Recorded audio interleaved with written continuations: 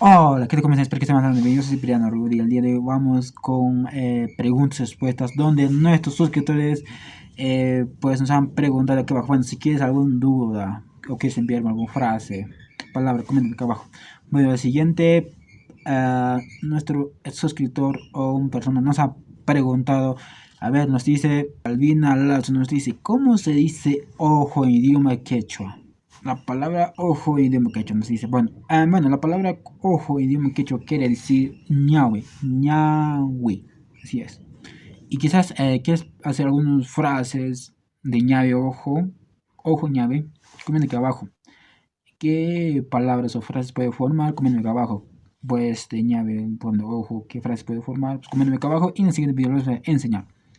Nada más así. Bueno, un saludo especial para ti, Albina Lazo, por comentar, por preguntar. Así también ustedes también pueden comentar, a preguntar sus dudas de idioma quechua, palabras, una palabra que sé yo, coméntame acá abajo y los voy a responder a, bueno, en un tipo de video.